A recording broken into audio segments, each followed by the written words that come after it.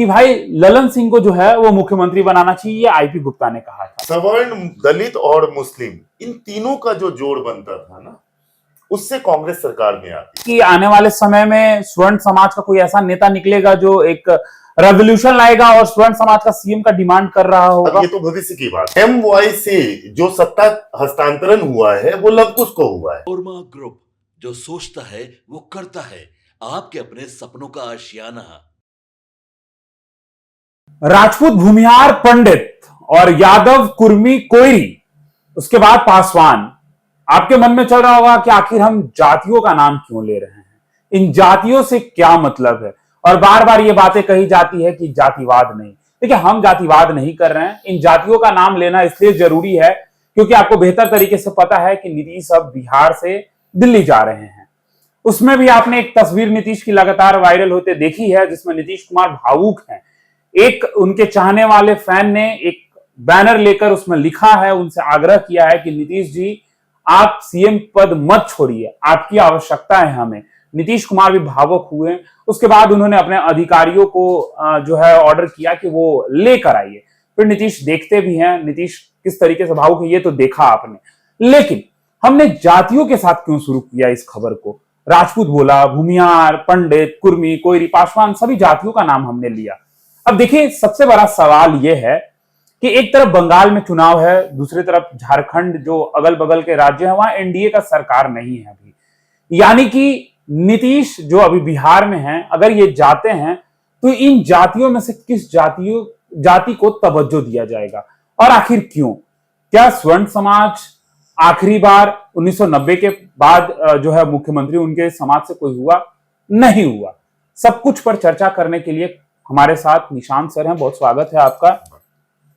सबसे पहले आज हमने जातियों का ही नाम लिया, सभी जातियों का नाम लिया, लेकिन हम इन पर आएंगे। सभी नहीं, आपने उस जातियों का नाम लिया जो कि राजनीतिक गलियारों में चर्चा के विषय में बने रहते हैं, चर्चित रहते हैं, या फिर कह लीजिए कि मुख्यमंत्री के रेस के दावेदार हैं। ठीक है। अब हम आपसे एक सवाल करना चाहते हैं सर। जिस तरीके से बीते दिनों ही आईपी गुप्ता विधानसभा चुनाव में अलग ही चमक उनके पास था। आईपी गुप्ता जिन पर शक किया जा रहा था कि आखिर ये नेता क्या ही करेंगे, लेकिन आईपी गुप्ता अलग तरीके से उभरे और आईपी गुप्ता ने एक अपना छाप छोड़ा, नाम भी बना लिया आईपी गुप्ता ने। आईपी गुप्ता का बीते दिनों ही एक स्टेटमेंट था जिसके बाद राजनीतिक गलियारों में चर्चाएं तेज हो गई ललन सिंह की। आईपी गुप्ता ने कहा एक बात कि एक बात बताइए हमको, समाजवाद का नेता आप चाहते हैं, समाजवाद नेता नीतीश कुमार है, उसके बाद आप चाहते हैं कि समाजवाद का ही कोई नेता हो, तो ललन सिंह को क्यों नहीं चुनते हैं? ललन सिंह काफी समय से बिहार की राजनीति में है। जैसे ही ललन सिंह का उन्होंने नाम लिया, उसके बाद जो है अपर कास्ट जो स्वर्ण है उनकी चर्चाएं तेज हो गई कि भाई ललन सिंह को जो है वो मुख्यमंत्री बनाना चाहिए, ये आईपी गुप्ता ने कहा था। लेकिन हम आपसे जानना चाहेंगे कि आईपी गुप्ता ने ये लाइन बहुत आसानी से कह दिया, लेकिन इसके पीछे क्या कारण है, और क्या स्वर्ण समाज से कोई सीएम हो सकता है? क्या चांसेस है? सवर्ण समाज से दीपक जी अभी सीएम आपको बनता दिख रहा है या नहीं मुझे नहीं पता, लेकिन हमें नहीं दिख रहा है। इसलिए नहीं दिख रहा है क्योंकि आप जैसे अभी आपने जिक्र किया कि 1990 में अंतिम सवर्ण सीएम थे बिहार के जगन्नाथ मिश्रा जी, डॉक्टर जगन्नाथ मिश्रा हुआ करते थे। तो उसके बाद से जो बिहार की राजनीति ने करवट ली, वो आप उस समय जो कांग्रेस की सरकार बनती थी वो कमोबेश सवर्ण और दलित, थोड़ा बहुत मुस्लिम भी, क्योंकि उस समय मुस्लिम की जनसंख्या भी बहुत कम थी और इस कदर हावी नहीं थे वो, लेकिन फिर भी सवर्ण, दलित और मुस्लिम, इन तीनों का जो जोड़ बनता था ना, उससे कांग्रेस सरकार में आती थी। जिस दलित वोट को, या फिर कह लीजिए जिस दलित वोट पे लालू जी ने सेंधमारी की और उस दलित वोट को MY समीकरण से जोड़ा, जिसपे कि राजद की सरकार बनी। पहले आपको याद होगा जनता दल की सरकार बनी, फिर जनता दल के बाद राष्ट्रीय जनता दल की सरकार बनी। तो ये पावर सेंटर जो था ना, कमोबेश मुस्लिम और यादव कम्युनिटी के बीच ही डिफाइन हो रहा था। अब सवर्ण जब बाकी सारे जातियों को, जो भी राजनीतिक परिवेश में आज आप देख रहे हैं, तो उनको आप बता रहे हैं कि ये राशि, ये जाति है जो कि इतने दिनों से मुख्यमंत्री रही है, ये जाति इतने दिनों से मुख्यमंत्री रही है, और ये जाति इतने दिनों से नहीं रही। तो आज के डेट में आप कभी भी सोचिएगा तो सवर्ण और दलित, इस दोनों का जब आप कंपैरिजन कीजिएगा तो 1990 के बाद से सवर्ण हमेशा से दलितों का पालकी ढो रहे हैं। वो मतलब फ्रंट पे आके राजनीति कर ही नहीं रहे हैं, वो बैकडोर से राजनीति कर रहे हैं।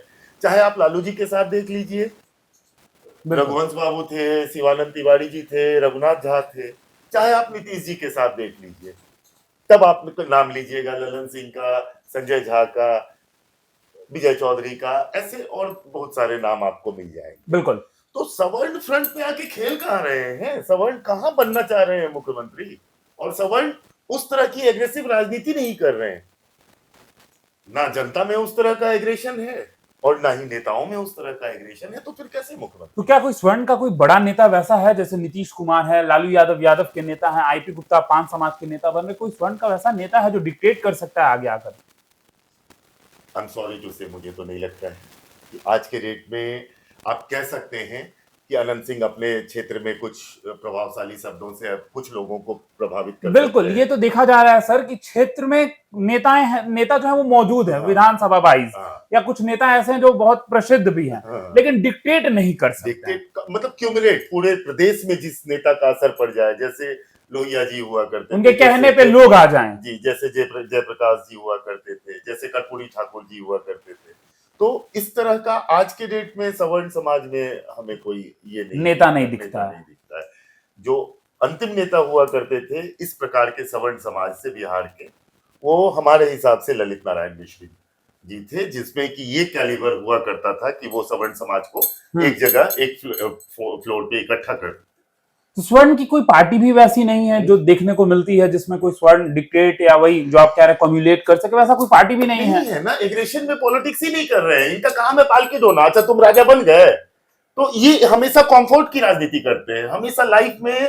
जो आज के डेट में आप देख लीजिए ना, जो भी आदमी संघर्ष करके, चाहे लालू हो, नीतीश हो, आप जिनका भी नाम लीजिएगा, जिन्होंने सत्ता शीर्ष पे अपने आप को पहुंचाया है, उन्होंने बहुत संघर्ष किया है, बहुत कुछ खोया है, बहुत अपने समाज के लिए बलिदान दिया है। लेकिन हम तो नहीं देख रहे हैं कि सवर्ण समाज का नेता क्या होता है कि वो राजा हुआ, चलो उसके पालकी को पकड़ लेते हैं। तो कम से कम राजा की पालकी पकड़े हुए हैं तो बाकी जनता तो देख रही है कि राजा का नजदीक होगा तब तो पालकी पकड़े हुए हैं भाई। तो क्या ये मानते हैं आप निशांत जी कि आने वाले समय में स्वर्ण समाज का कोई ऐसा नेता निकलेगा जो एक रेवोल्यूशन लाएगा और स्वर्ण समाज का सीएम का डिमांड कर रहा होगा? ये तो भविष्य की बात है, फिलहाल नहीं दिखता अभी है। तो कहीं दूर दूर तक ही। तो फिर ये माना जाए कि यादव 15 साल 20 साल कुर्मी, और अब जो ये ट्रांसफर होना है वो कोयरी तक होना है, देखिए कुशवाहा समाज। देखिए अभी हम आपको पिछले नमन सर जो हमारे संपादक है, उन्होंने दिल्ली जाने से पहले भी और अभी कल उन्होंने जो पंचनामा किया था उसमें भी उन्होंने ये चीज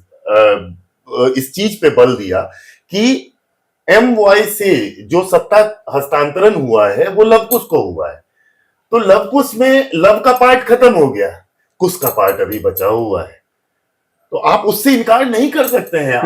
लेकिन इन चीजों से भी इनकार नहीं किया जा सकता है कि बीजेपी हमेशा वाइल्ड कार्ड एंट्री कराती है। सम्राट की बात भले ही चल रही है, लेकिन सम्राट हो सकता है अगला सीएम ना हो। नहीं, तो अब यहां फिर ये बात होती है कि बीजेपी हमेशा वाइल्ड कार्ड एंट्री कराती है, लेकिन अभी बिहार जो सेंटर में है, इधर बंगाल है, इधर आसाम है, इधर झारखंड है, इधर उत्तर प्रदेश है, तो ये चारों में अभी विधानसभा चुनाव होना है।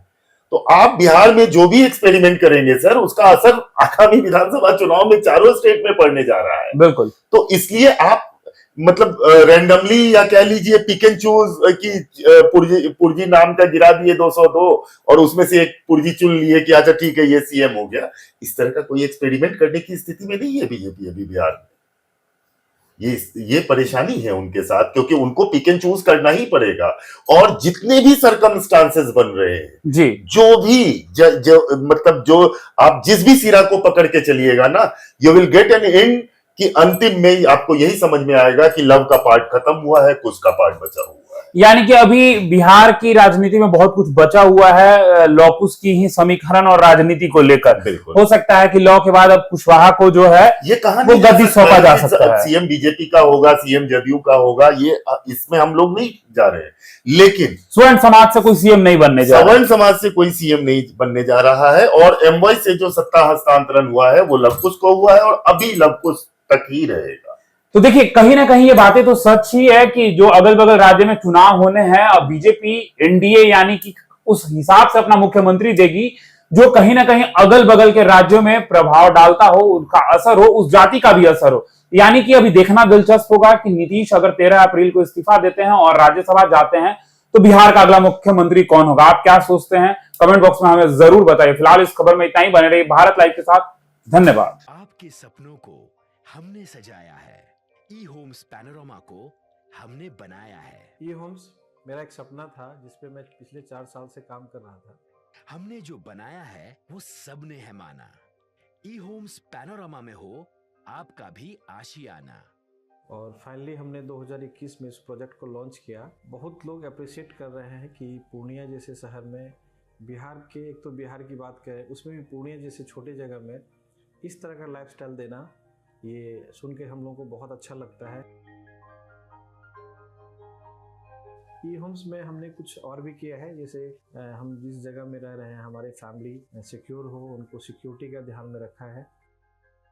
आपकी सुविधा और सुरक्षा आपके लिए खास है, ये आपका विश्वास है। इसमें आर्टिफिशियल इंटेलिजेंस का 7 लेयर सिक्योरिटी का हमने इस्तेमाल किया है। लस ग्रीन कैंपस को बनाया है। यदि हमारा बाउंड्री वाल है तो वो वर्टिकल गार्डन है।